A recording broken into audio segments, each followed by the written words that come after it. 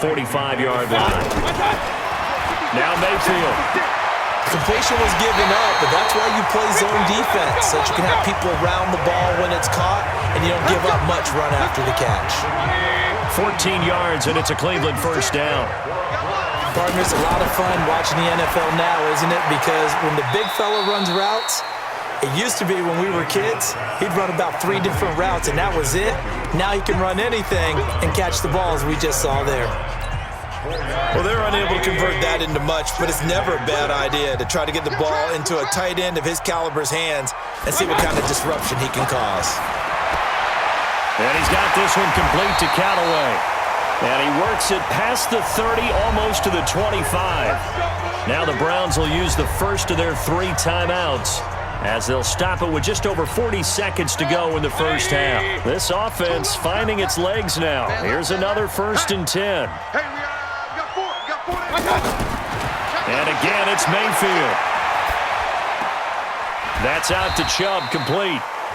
Now the Browns signal for the second of their timeouts, as the clock will stop with 35 seconds to go in quarter number 2. 4 yards on that last completion, so that sets up 2nd and 6. Mayfield with it once more. Throw left side, caught by the tight end, Njoku. He is taken down at the 21 after a short gain of 2. Mayfield looks to throw. That'll be incomplete as the clock will stop with 14 seconds remaining.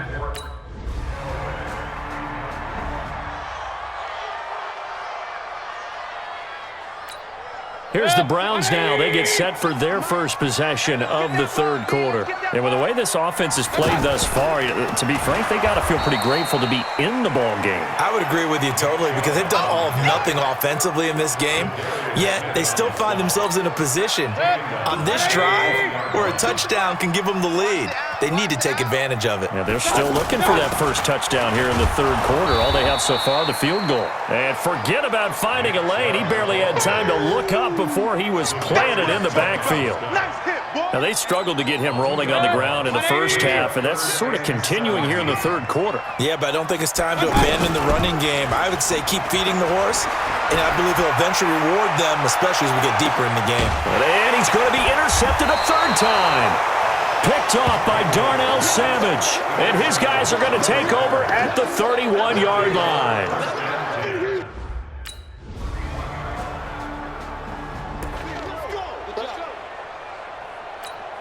Here comes the Browns offense back onto the field. Just a lone field goal for them so far, trailing 10-3 as they come up 1st and 10.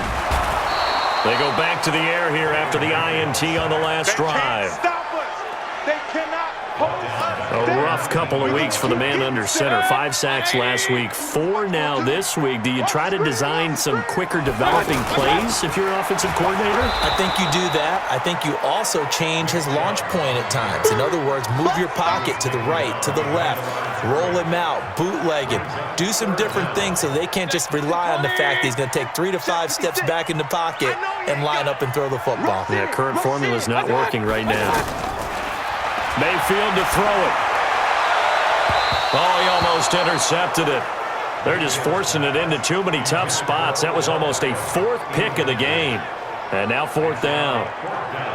They went with the dime look that time on defense, just flooded the field with defensive backs, blanketed everyone, took away all the passing angles, thus the incompletion.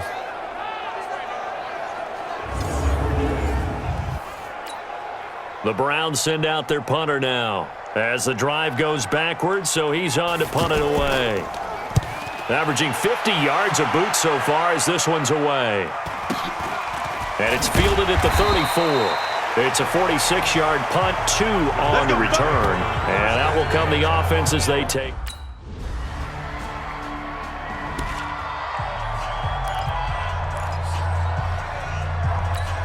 And now Cleveland geared up to take the field. And down on the scoreboard, certainly needing to avoid what happened on the last drive, punting the football. Sense of urgency has to take over for them here. They know the score. They know the situation. And by the way, the punter no longer exists for their offense. That's how they have to treat this drive. They need points. Big time. At this stage, this drive's got to be touchdown or bust because you need 2 of them. And if I'm the offensive play caller, I'm not just looking at my dagger plays downfield. I'm looking at some of my specials, something that can fool them and give you a big play now. With a sense of urgency. No doubt. 60 catches for him now on the year. This last one, a first down.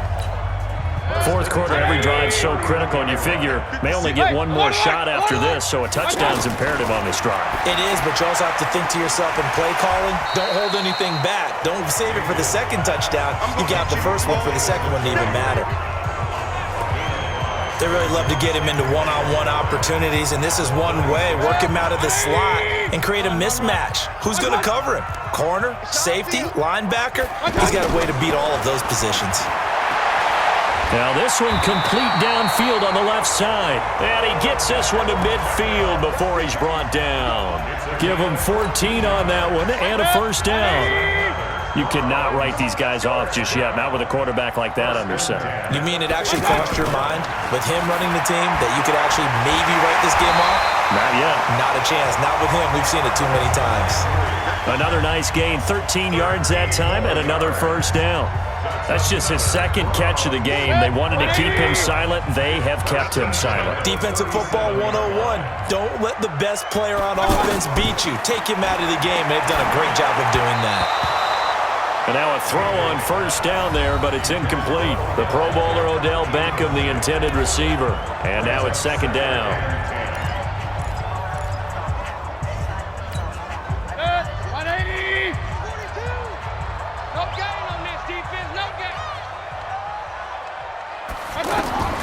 They'll throw again. Here's Mayfield. And that is incomplete.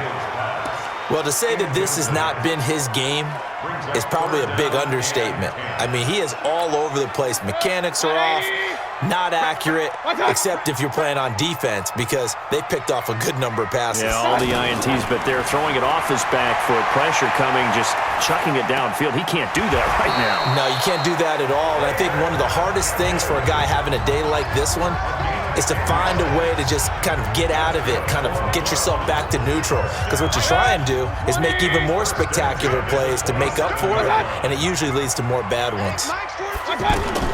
Mayfield now looking to throw on first down. This short throw caught by Goddard. Give him a couple on the catch. It's 2nd and 8. Well, the strategy was evident there. Get it to your tight end and make it a one-on-one play with a cornerback. Who's usually going to win that one? The tight end, but not there. Not in this situation. How about the corner defeating that logic and making a really nice tackle? And he'll get it down this time to the 17. 8 yards on the completion, but now they face third down. Well, if you do read man coverage, Brandon, the drag route's a pretty good one to run against it because you're running away from people on it. On third down, it's Nick Chubb. Boy, no chance as he was met and dropped behind the line there. Fourth down now after a loss of 2. This linebacking core, they've done a good job of keeping that running game in check, haven't they? They certainly have, and what they'll also do when this game is over is thank the guys up front, the big defensive line, because they've kept them clean, so to speak. Not letting blockers get to them, allowing them to run to the football and keep that running game bottled up. And able to get him down, but he does reach the 5. First and goal, and they got to be thinking a chance to get right back into this football game. To throw, Mayfield. And the Packers give him nowhere to go, and they bring him down. With a sack, it's Ziggy Ansah. Brandon, I think you understand the type of afternoon this offensive line is having. It is a long one for them. Long for you to spend it with me. Long for them trying to block those guys. They've given up a whole lot of sacks and the speed and quickness that... And he's going to go down again.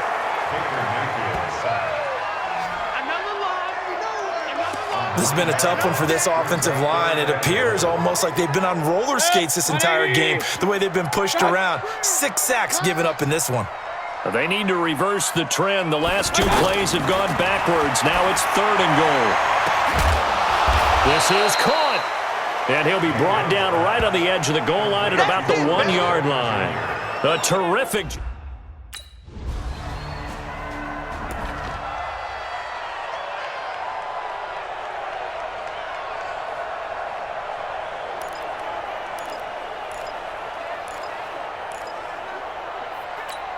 Now Mayfield and the Browns trailing 17-10, less than 90 seconds to go. The Packers going to use one of their timeouts, and they'll be disappointed to have to burn one there after giving up the first down.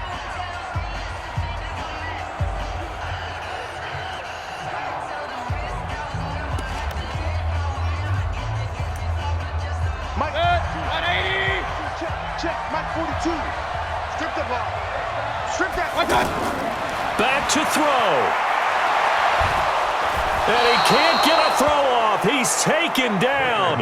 What a huge play at this point in the game. Mayfield. This offensive line flat out cannot handle this pass rush. We've seen it demonstrated time and time again to the tune of 7 sacks in this game thus far. Back-to-back big plays defensively. First the sack. Now they force the incompletion on 3rd and long. Things looking pretty good for them. And this is where they have to be careful because they've got the momentum going their way. They will be really amped up to get to the quarterback. Look out. Draw, screen, something that can be used against them. Now a shot taken on 3rd down, but it's going to wind up incomplete.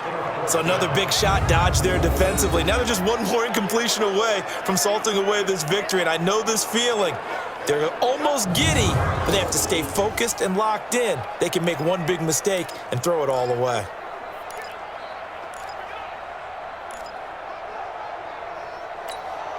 Down 7, and they've got to go for it here on 4th down.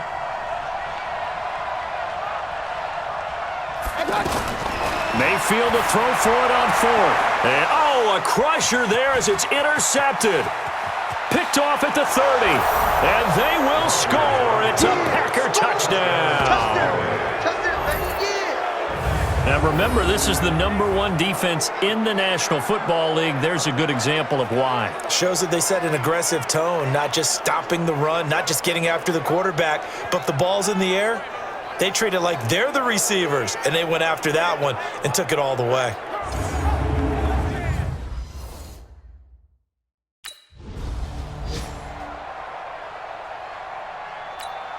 56. 180. Right there. 56. Exit. Back to it after the pick 6. Mayfield over the middle to Beckham. And he gets this one just shy of the 40. They'll mark him down at the 39. Throwing. Mayfield. That's taken in by Callaway. Now the Browns signal for the second of their timeouts as they'll stop the clock with 24 seconds to go in the game. Facing a 2nd and 2 after that last catch, good for 8 yards. Mayfield now. Caught left side, it's Beckham. The Browns will quickly use their 3rd and final timeout as they get it with just 19 seconds left on the clock. So they'll come up 1st and 10 now from the 33. Going to the air again with Mayfield. And that is incomplete. 16 seconds now on the clock. The tight end, David Njoku, the intended receiver. And that'll bring up 2nd down. Brandon, at least there's one bright side to that incompletion. What's that? It wasn't an interception. Wow. You're a nice guy. That was kind of savage. But correct. No pick, just incomplete that time. Another throw on 2nd down, and this one incomplete as well. This offense was on the move. Now 2 straight incompletions. Have them looking at 3rd and 10. Mayfield. And this is intercepted, and that should do it. Kevin King with a pick, and a big turnover there as his guy.